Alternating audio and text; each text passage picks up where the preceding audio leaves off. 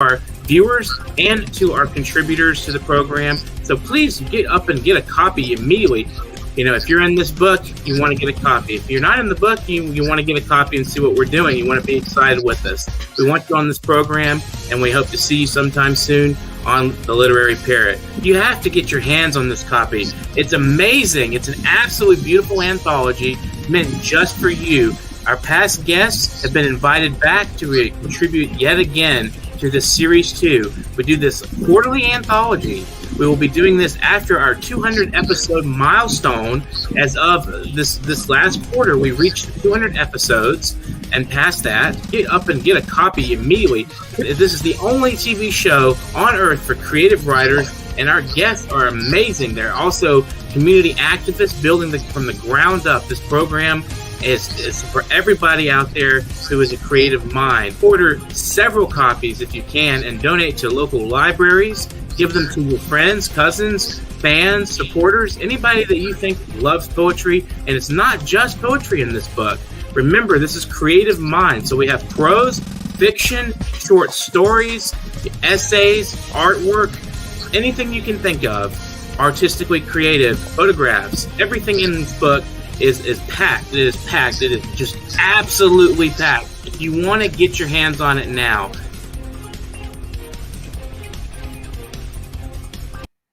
Hi, welcome to World Inkers Network. I'm Dustin Pickering, your noble and honest host. This was formerly Parrot TV's Literary Corner. We've changed it to World Inkers Network as of this first of this month in the coming year. This is going to be a brand new program with the same quality of entertainment that you have seen from previous programs. Today, we have an excellent guest on episode 233, Carl Scharwath'S. He has appeared globally with 170 plus journals, selecting his poetry, prose, interviews, essays, plays, or art. He has 2 poetry books, Journey to Become Forgotten from Kind of a Hurricane Press and Abandoned from Scars TV have both been published. His new book, The Playground of Destiny, Inspired Press, features prose, poems, and photography. His first photography book was published by Praxis in Africa. His photography was also exhibited in the Mount Dora and Leesburg Center for the Arts Galleries. Carl is the art editor for Minute Magazine, contributing editor for the ILA Magazine, a competitive runner, and a second-degree black belt in Taekwondo. Carl was recently nominated for Best of the Net 2021 award and was a finalist for the Mary Cassatt Award for Photography. Thanks for joining us today, Carl. How are you today? Can you hear me?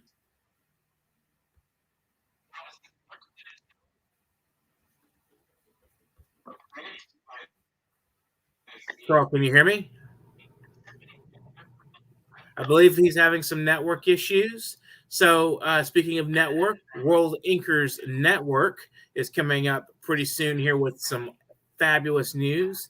We're going to have an excellent World Inkers Network programming for you coming up this coming in the year. We're going to do every single day was going to be a broadcast of the interviews as we normally do. So if you have time, hit subscribe right now. Subscribe, like, share, and comment to our programming. And it'll be wonderful to have you on the program as well. You can get in touch with me at Literary Corner at NewYorkParrot.com. You're just breaking up too much. I hear about every 5th or 6th word. I don't know if it's... Wow. Could I try my cell phone maybe? Try the cell phone, and I'll just do some talking as you're in getting on the cell phone. I see you. We have you on here. Maybe that'll. I'm gonna add you to the broadcast here. Add the stream, and I'll remove that one. So Let me go on here. Let's see if we can hear you. Can you hear me okay now? Yes, I am on my cell phone. Let me turn off the computer and let me plug in. Can you hear me okay?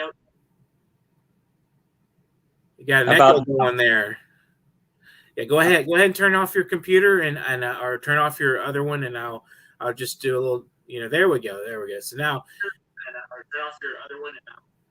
so when you have if you do something, let me plug in my phone because it's getting low on charge too. Well, speaking of running poet, you're running to plug in your phone. I'll run to the other room. Excellent. That'd be quick. Yeah. Hopefully it won't die on us before it comes on. That would be unfortunate. Sorry about that. Quite welcome to the new year. All right, we're ready. I'm going to sit down. To the new year, everybody. Everybody watching so far, it looks like we have 2 viewers. So thanks for watching. Subscribe to our channel on YouTube. Check us out if you're not already following New York Parrot on TV on the Facebook. Go ahead and follow that. Join World Inkers Network on Facebook as well, and get in touch with me if you have any questions. I'm on there on Facebook, Dustin Pickering. So without further ado, I think, Carl, are you ready to start the interview, or are you still prepared? I am ready. I am thankfully ready. All right. It sounds like a good plan. So my first question would be, why do they call you the running poet? Well, how is that inseparable from your identity as a runner and as a poet? So that's an interesting identity to take on. And when did that start? Did you come up with that, or did someone else just kind of tag that to you? All right. Well, first of all, Dustin, I just wanted to thank you for this opportunity to be on the New York Parrot. And I want to wish you, your family, and the staff of New York Parrot a very happy New Year. Excellent. Thank you, too. This will be a great new year for all of us. So Running Poet, I started writing about 8 years ago. Mm-hmm. And I had a local newspaper do an article on me. It was more on my running than my writing. Mm-hmm. And when I talked about my writing and some of my publications I just started to get, the newspaper writer called me in the newspaper Running Poet. So that kind of stuck. Mm-hmm. However, I've grown past that with my photography and art, but running is always important to me. And that's how I first started getting ideas to write poems and short stories. Some of my best motivation and ideas come from my running. So to me, the two go together. So I guess I'll always be a running poet. I am getting up there in age, and if I can't run anymore, I'll be a walking poet or I'll be a cane poet. But I'm going to continue as long as I can, God willing. Right. So do you find when you mentioned, and I know Thoreau, for instance, said his best ideas come when he's walking. You find that kind of exercise, as you mentioned, brings your best ideas out. And do you think there's a relation between physical activity and mental activity? I definitely do. The endorphins start flying. The only problem when I'm out running is I'll get an idea, maybe just a certain sentence or a poem, part of a poem, and then when I get home, I forget about it. So I don't run with a phone, but sometimes I wonder maybe I should carry a phone or a recorder with me, because I do get ideas just running, and again, just I get home and they're forgotten. It's like, what was that line I had again? So, but it definitely goes together, and I've actually had a short story come out of a run one morning. Mm-hmm. That got published. It was one of my first short stories. Interesting. I noticed in your work, and as I was going through reviewing what you sent, your samples that you like to take a lot of very common things like the laundromat, a trip to the laundromat, and make it into like a almost mystical experience. What brings that insight into your work? Okay. With my poems, a lot of my poetry is philosophical. Mm-hmm. I do tend to, maybe that's the German in me, but I do tend to be more philosophical in my poems. The one with the laundromat, that's when I just actually a couple months ago started writing essays, personal essays. Mm-hmm. And that was my first personal essay. And with essays now, which I like writing, I'm going to start doing that, just taking common everyday things that we do every day and build it to a higher level of, wow, this is how I should have acted in that situation. And it's something I think everybody can relate to, mm-hmm. Whether it's sitting in a laundromat when you're a teenager and lugging the laundry over because there's no laundry and laundromat in your apartment. So I'm looking at common type things that we do every day and writing essays about that. Poetry is more philosophical for me. Absolutely, and I think that poetry has more capacity as a language construction to be philosophical more than prose can be. Prose is more linear in a way than poetry. What do you think? I agree as well. Writing prose is a lot more difficult than poetry. I find poetry, I could sit down 10 minutes, write a poem, no problem. Hmm. Maybe edit it one time, that's it. Maybe no editing. But when I write a short story, well, the hardest part of a short story is not writing it, it's the idea. What am I going to write about? What's the character going to do? What's the theme of the story? Hmm. That's the hardest to me. And then to me, a short story never seems like it's finished. I mean, I'll write it, I'll go back and edit it, reread it, find more mistakes, go edit it again. It seems like a long process. I do like it, but I struggle with it. Hmm. It seems like I can never let it go, kind of, where, again, poetries are the exact opposite. For me, they're fast and fairly easy, but short stories take a lot of effort and they seem to never be done. But I eventually put not the pen, but put the fingers off the keyboard and let Hmm. it go from there. How do you know when you've completed a short story or a poem? Like, when you're editing and they say sometimes it's never finished. So when you're writing, is there a moment when you just say no more, or is there a point where you say, okay, I can't really improve on this any further? Well, what I do is get to that point, like you said, no more. Eventually, I'm going to move on. I do have a story. One of my first short stories I sent to a publication, Hmm. and the editor actually took the time and he said, "I really like the concept. I like the idea. Here are some of my ideas how to make it better." And he actually sent it back to me, and I was thanking him up and down because I'm sure you submitted a lot. You either never hear, you get rejected, you never know why. There's never any feedback, and I understand. There's not a lot of time. There's tons of submissions coming in. But this editor took the time, saw something in it, and sent it back to me. The publication was called Boned, Hmm. but he sent it back, and I did two more edits. And he goes, "Now I really like it. I'm going to publish it." So he took that time to, I guess, mentor me, which I really was thanking him up and down about that. And I'll never forget that. And in my own editing, I think of that as well. I mean, these are people. It's not just a page, a poem. It's something somebody put down on paper that meant something to them. So you honor them by getting back to them. And I think Right. more publishers should do it. Again, you're getting thousands of poems or short stories. I understand, Hmm. but with Minute Magazine, I got back to everybody. So, can you tell us a little bit about your editing and your work as an editor as well? You said you worked with Minute Magazine. What was the focus? Okay, with Minute Magazine, I was there for 4 years, and it did end about 6 months ago. What's interesting about it, I didn't know initially, but it was edited by a high school student. It was a high school girl Hmm. who edited it, and it did poetry, short stories, and photography. Hmm. She went to college. She was a senior at the time, and then her younger sister, who was in 10th grade, took it over. Same thing. Two more years in high school. She was the editor. Then she went to college, and a friend took it over, and it was maybe 6 months longer, and then they kind of stopped the publication. Hmm. But what I did was I was the art editor. I really enjoy art. I do painting, I do photography. So being on the other end of the camera or palette, seeing other people's work was really a good experience for me. So I was the art editor.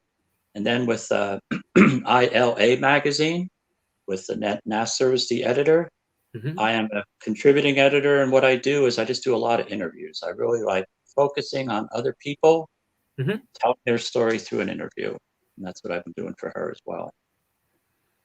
You look at other people's art and photography as as an editor. When you were doing that, did you ever feel like I don't know, I want to call it an inferiority complex or like a sense of this person is so much greater at what they're doing than me? You ever run into that complex of emotions, or are you pretty secure in your own efforts?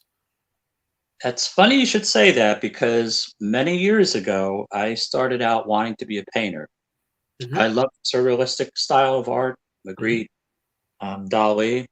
So in college, I started out as an art major, and I used to do a lot of oil painting. After my first semester, I was in Cal State Fullerton, California. I came back to New Jersey for the summer and went to New York City with a friend. I lived in New Jersey at the time. And I saw these artists around Central Park with oil paintings, watercolors, all on the sidewalk selling them. Mm-hmm. And you said they were far superior to anything I could do at that time. And I said, you know what? I'm going to switch to a business degree. And that was the epiphany that I had many, many years ago. So to answer your question now, I believe it's cliche, but obviously art is in the eye of the beholder, just like writer. Mm-hmm. You could send out a short story to 10 publications. Everybody rejects it. The 11th one, they go, oh my God, I love this. What a great writer. What a great story.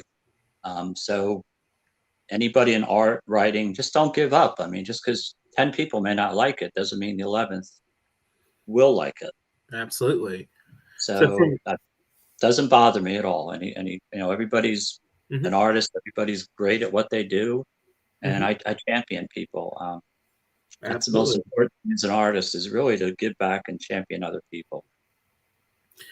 So when you say give back, obviously, as when I started Harbinger Asylum, that was part of the plan, as I wanted to enter into the arts field, into the writing field. And I knew that I couldn't just appear. I wasn't just going to magically appear in somebody's imagination as an artist. And I didn't have much knowledge about how to submit to a lot of journals and things like that. So I just started Harbinger Asylum as a way of kind of interacting with other people. So what advice would you have for, a young person, say 20, wanting to get into writing or to photography, or how do they break through? How do they get involved in the community?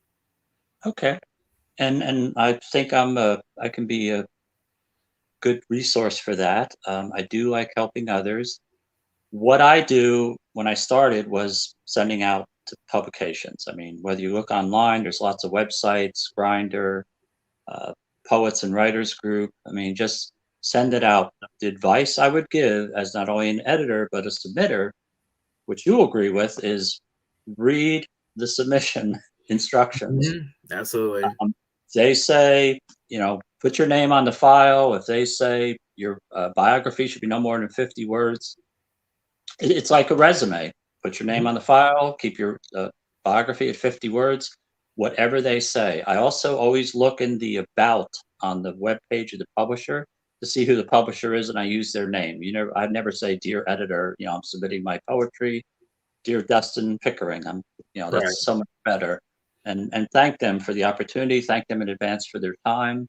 I never really follow up, but the most important thing is send it out. It's a numbers game, just like they say in business. If you throw 10 things out there, and I'll tell you my experience for 6 or 7 years, throwing 10 things out there, about 6 times I'll hear nothing back. And that's a little frustrating. At least tell me no, you got it. Just you never hear anything. Right. Maybe 1 or 2 will reject it, and then maybe 1 out of 10 or 1 out of 11 will accept it. And I keep a logbook, because the worst thing is sending it to the same place twice, and I've done that before. And they go, "Oh, thank you, Carl, but we had this a month ago, and we told you we couldn't publish it." Right. Well, but really, the best word is just get out there. Don't be scared. Send it out there. But my biggest tip, where I've been the most successful, is on Facebook. Now, I know a lot of people don't like Facebook. To me, it's a gold mine. And I'm only on there for 2 reasons: for my art, writing, and maybe a couple pictures of my grandkids and my running. I mean, there's nothing about going out, no political statements, nothing like that. I don't even comment on anything like that. And what I've done, I've built a network of artists, editors, and we help each other. The best example, I started doing photography. Now, I don't put my poetry on Facebook, because in theory, I tell the people who are submitting, it's considered published. So if a publisher goes on Facebook, they can say, well, sorry, I see you put it on Facebook. A lot of people don't know that. So I don't put poems on there unless they're published later.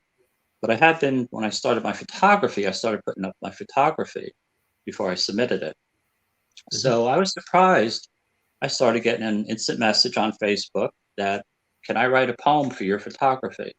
Oh. And I go, sure. I mean, that's a great honor. Yeah, So they would write a poem, and I figured, well, I did the easy work. All I did was push a button and take a picture. They wrote the poem. So I said, if it's okay, send me a little bio and I'll try and get us published. I've published about 15 different poets, some for the first time, because they wrote a poem for my photography. wow. And that has really made me happy. Now, another good thing that's happening is with my photography, I have some authors who are writing books saying, "Oh, I love that picture. Can I use it for the cover of my book?" Mm-hmm. So in the past year, I've done 11 book covers for 5 different writers. One writer, Lizvinda Gabato in the Philippines, used my photography for 5 of her books. And I just had another one recently. I just put a picture on Facebook. It was a painting, and she wanted to use it for her chapbook. So that's my niche. They always say, "How much does it cost?" I say, "It doesn't cost anything. Right. All my art is free. I don't believe in making any money." The 2 times I was hung in a gallery, the gallery was going to sell my work, and I just donated 100% of the proceeds. With my new book, I'm donating my proceeds. I don't need the money. I just, I'm in it for the art. Absolutely. So, we talked a little bit about cooperation amongst artists. Do you ever notice any rivalries that happen, that are, I mean, it happens amongst artists, I think, and they get into a competitive edge. And I don't know how do you feel about that? Do you think that could benefit both parties, or do you think that's maybe something negative to be avoided? I think competitiveness is in my other life in running, or, Mhm. when I was in Taekwondo. In art, there is no reason to be competitive. There's a reason to help people. And Mhm. you don't help them for yourself. However, sometimes you help somebody, and guess what? They'll come back and help you. That's not the reason, but that's happened to me a few times. I took the time. This one girl in South Africa she asked me randomly, just, "Would you like to edit my chapbook I wrote?" I said, "Sure." So I edited for her. I gave her actually Inspired as a referral to send it to Inspired Press. And then a month later, I didn't know she's an editor of a magazine in South Africa and wants to publish my photography in a chapbook or photography chapbook. So Okay. again, be nice to everybody, help everybody, and you never know what can come out of it. Hmm. Um, so yeah, again, my networking skills, and that's the one thing that I have to keep saying.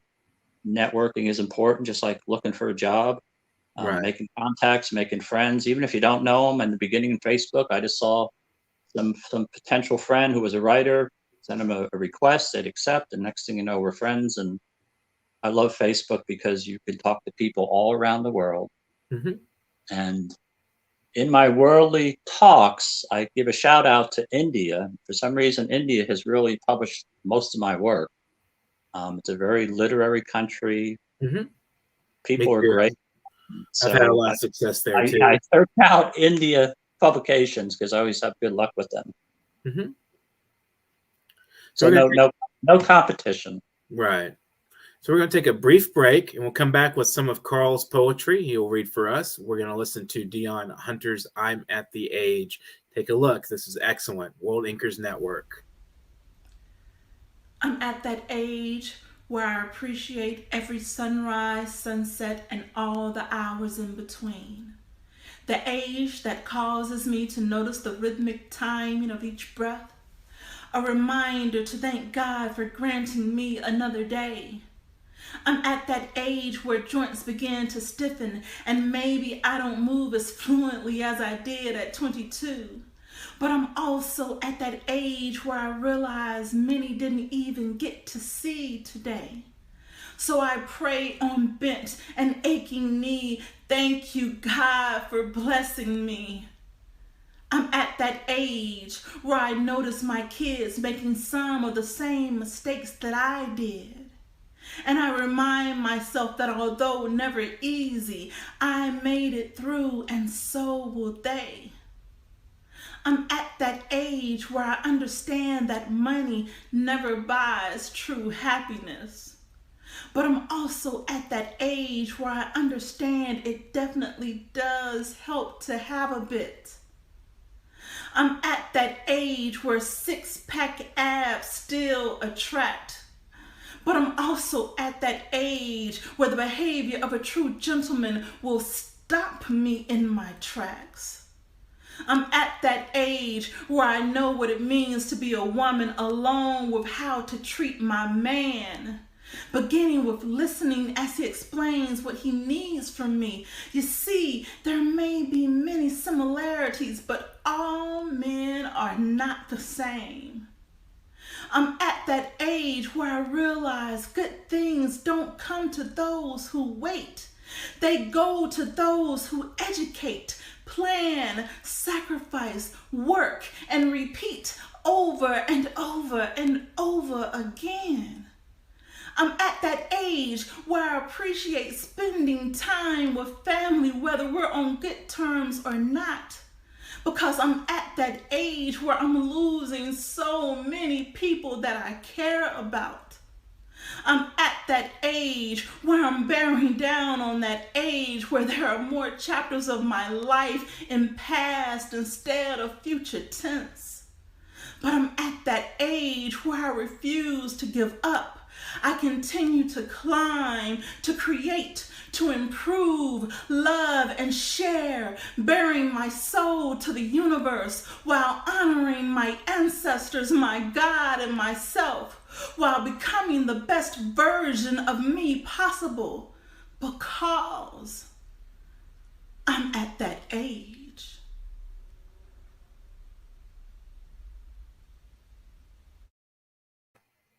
Thank you, Dion Hunter, for a wonderful. That's excellent emotive energies there in that poem, and thank you for sharing that with us with the World Inkers Network. We hope to hear from you again in the future. So, Carl, would you like to read us a couple of poems of your own? Well, I can't follow her poetry. That was beautiful. We'll give it a shot. Why not? No competitiveness. Thanks a lot, Dustin. Thanks a lot. Thank you. And yeah, so we'd love to hear a couple of your own works and see what we have to. Well, I'm going to juggle. I'm one of those poets who can't memorize their own poems, and I could say because I'm a senior. So. And I just want to show you, this is my book here. Okay. What's the Playground of Destiny? And that is my granddaughter on that cover, which, quick story, I was babysitting my granddaughter and grandson, and they were in a playground. I had a chess set behind her, and she's on this teeter-totter. And I just took a picture, forgot all about it. You know, it's in my phone 6-7 months later. Had an idea for my book, and I was just scrolling through what covers would I use, and this one popped up, and I named it Playground of Destiny.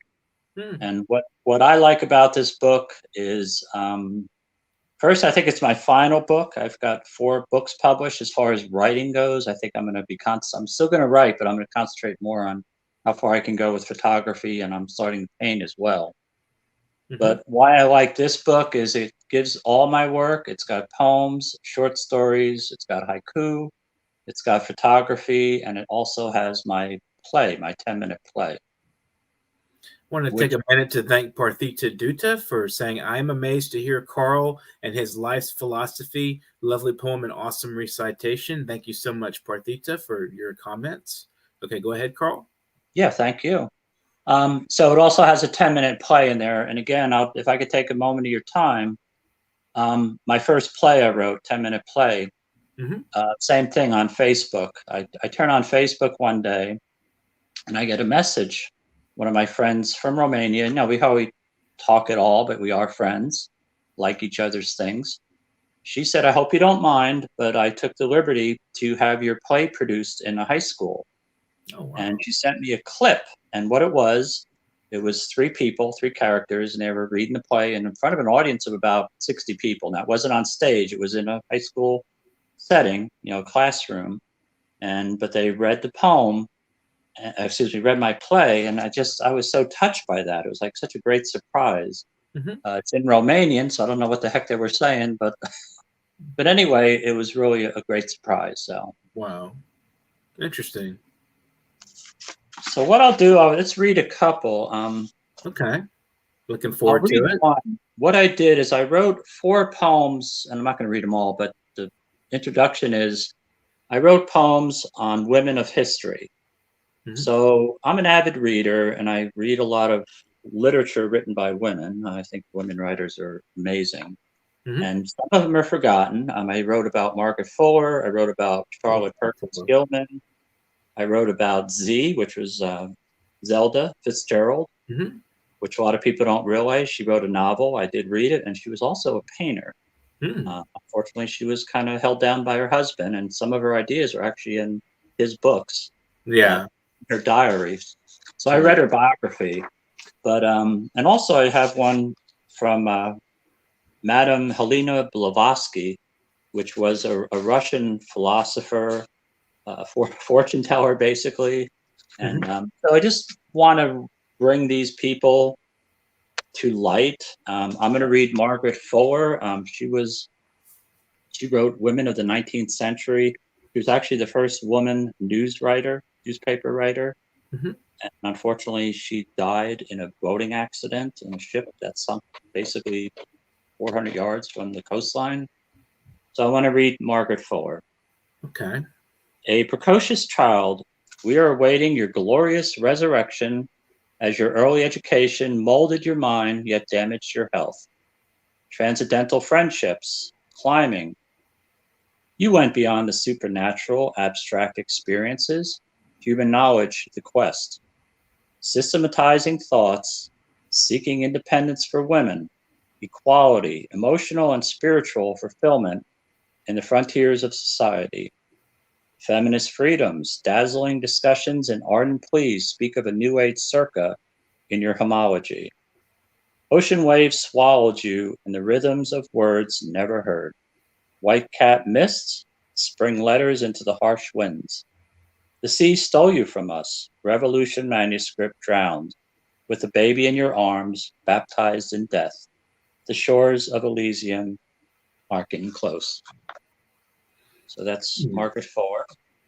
And she was also an early transcendentalist, if I remember. She was friends with Emerson, and he was very influenced by her ideas. I have one of her books of her selected, works from her. It's really interesting. She's a fabulous writer, fabulous. I found a book on transcendentalists, had some essays, and I'll recommend it to you. It's really, really a great book. A lot of great writers were involved in that transcendental movement as well. Right. So I'll shift gears a little bit and just read a poem called Black Starlight. Okay. Dreaming. I shall embrace through collapsing cities her sweet madness, beautiful as snow. That by starlight star which is melting away. Withering, her dark flower-like cheek slipping of words on a journey down the lingering black river to the evening zephyr in each soft corner studded. Black, where heaven is sleeping, streaked by the heavy waves embroidered with black moss, her great veils rising mount in my soul, yet endless. That's Black Starlight. Where did you come up with the idea for that? Was that were you out in the middle of the night running, perhaps, and just? No, I wish so. The poem Black Starlight just, I guess, came out of nowhere. It had nothing to do with running. And of course, Margaret Fuller was from my readings, and want to honor women of history. I'm going to do a few more of them. Okay. Maybe have an entire collection of it, like a series of some kind. Yes. Interesting. And I could just read real quick a couple haikus just to give you a bit quick, if I could find it here. Should have had it more. If I don't get there in time, I will read a different one. Okay, here's a couple of haikus, which haikus, of course, everybody knows what they are. There's different ways to write them. It's a 5-7-5, or there doesn't have to be 5-7-5. They do have to be about nature, and they can't have any philosophical thoughts behind them. Basically, just this is what I see. So haiku, I kind of go in and out of. I'll write a few. I'll go a little crazy, write 4 or 5 of them at once, and then not even think about them for 5-6 years down the road. But I believe they're good practice, and I'll backing up to what you originally said about my advice to writers. Be a poet first. I mean, if you want to write a novel or short stories, poetry is what helps you with the words. Poetry is what helps you with the thoughts. And being an avid reader, I didn't even realize so many people that were famous authors actually were poets. Like Ernest Hemingway was a poet before he started writing. And Faulkner, there was just so many. It's like, I didn't know they were a poet. You never hear about their poetry, or you have to kind of search out their books. So I believe poetry is the base that you can build on. And even in my photography, I try and tell a poem in my pictures.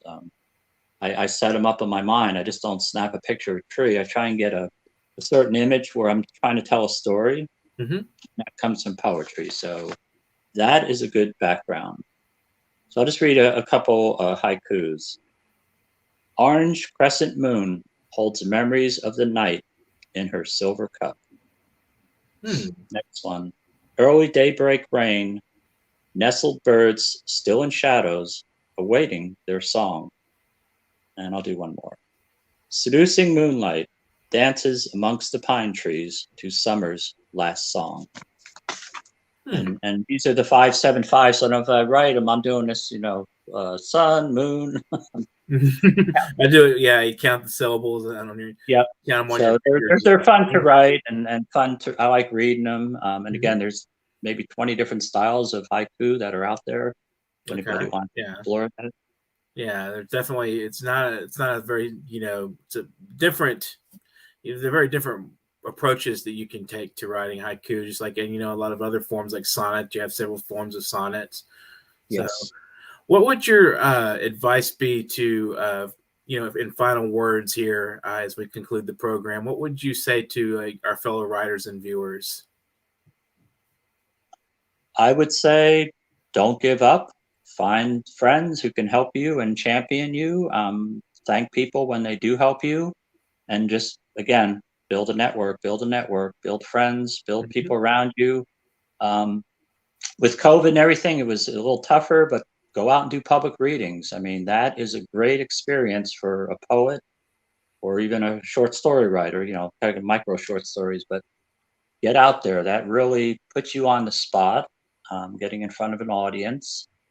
And also, if you are a writer, consider the other side. I mean, to me, being an editor is great. You're on the other side of what's going on. You get to see other people's work and things like that. But just help people. I mean, you just tell somebody, hey, you're writing somebody. If you want, I could read it. Be an editor for them. Help each other. That's what the most important thing is. Building a network and helping one another, which is what we're doing with World Inkers Network. I just want to remind people that we're publishing and we want to bring more people into our network. We're getting into publishing. We do the interviews and so forth. So if you have any shout outs, would you like to say hello or thank you to anybody out there? I would say thank you to my grandchildren and my daughter and her husband and my wife, of course. Absolutely. And I'm going to do a shout out for tonight to the Florida Lottery. I have a Powerball ticket that's going to pay me $522 million. So good luck with it. If you win, share some with us. We need it. So I will take care of you, Dustin. I'll buy you a car. I'll fly up to New York if you're in New York. I'm in Houston. I'm in Houston. The program. Oh, you're in Houston. Okay, I'll fly to Houston then. All right, sounds like a plan. Maybe I'll just send you a check, but. Yeah, anything up to 25,000, nothing over that. No Lamborghinis. But I will buy you a new car for this interview. Well, thank you, Carl. And if you know any other authors or any poets, writers, photographers, scholars, just suggest the show to them and tell them to get in touch with me. I would love to hear from them and get them on the show as well. I have someone called Liz Bemenda who did all my covers. I will talk to her. She's a very accomplished writer. She does a ton of stuff in the Philippines. She's a doctor. She's just amazing person. All right. Well, we'll love to hear from her. So thank you so much, Carl, for joining us today on World Inkers Network. And we hope to hear from some friends in your network as well to come and get in touch with me and talk to me about getting on the program. Thank you so much, Dustin. I appreciate the opportunity. It's a great show. I wish you a lot of success. And you may not remember, you did publish one of my poems at Harvard. I do remember. That was long ago. I remember that one very well, yes. So thank you for that. And you're doing a great job, and I appreciate everything. And just have a good New Year. All right. You too. All right. Thank you. This was Take care. This was World Inkers Network, and I'm Dustin Pickering, your noble and honest host. You can get in touch with me at Literary Corner at NewYorkParrot.com if you want to be on the show. We definitely want to hear from you. Don't be shy. You know, hey, I know as writers you can be shy sometimes. We want you on the program, though, and we want to promote your work. We want to promote your ideas, your thoughts, and help you develop your craft and your ideas, as well as promote your own literature. So get in touch with me, Literary Corner at NewYorkParrot.com. Also, if you want to support this program in other ways besides being on the program, you can get in touch with us at paypal.me/NYParrot. That will be a good place to donate a little extra cash. If you have someone on file, you know, if you're sitting on some money, support. There it is. There's the banner. Just send us the money that way, and let me know if you have any other ideas for our program. I want to thank our 10 ambassadors. We'll have them on, some more of those guys on the program. If you missed yesterday's show, go back and watch. Subscribe to the channel. There's that right there. See? Subscribe, like, share, and comment. This is World Inkers Network, and I'm Dustin Pickering, your noble and honest host. We hope to hear from you guys soon. So keep a lookout for more programming from us, and we will definitely be in touch. And just remember, get to writing. Have a great afternoon, fellas.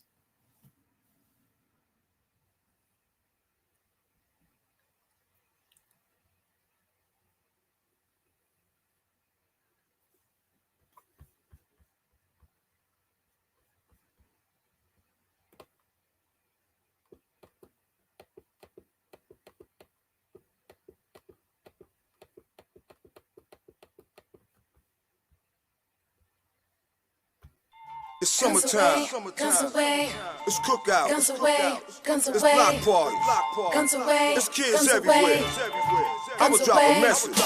You should put the guns away. Let the kids come and play. Learn to live in peace. So you can see another day. You should put the guns away. Let the kids come and play. Learn to live in peace. So you can see another day. Let them live their life like you live yours. So put Hi, I am Dustin Pickering from Parrot Literary Corner. You know me, your noble and honest host, and I've got exciting news for you. Last anthology, Series 1, The Literary Parrot, did such a great job. We want to continue to provide this community service to our viewers and to our contributors to the program. So please get up and get a copy immediately.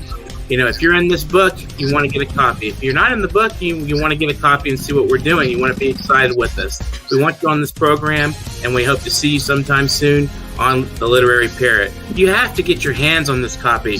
It's amazing. It's an absolutely beautiful anthology meant just for you. Our past guests have been invited back to contribute yet again to this Series 2. We do this quarterly anthology. We will be doing this after our 200 episode milestone. As of this last quarter, we reached 200 episodes, and past that, get up and get a copy immediately. This is the only TV show on earth for creative writers, and our guests are amazing. They're also community activists building from the ground up. This program is for everybody out there who is a creative mind. Order several copies if you can and donate to local libraries. Give them to your friends, cousins, fans, supporters, anybody that you think loves poetry. And it's not just poetry in this book. Remember, this is creative mind. So we have prose, fiction, short stories, essays, artwork, anything you can think of, artistically creative, photographs. Everything in this book is packed. It is packed. It is just absolutely packed. If you want to get your hands on it now,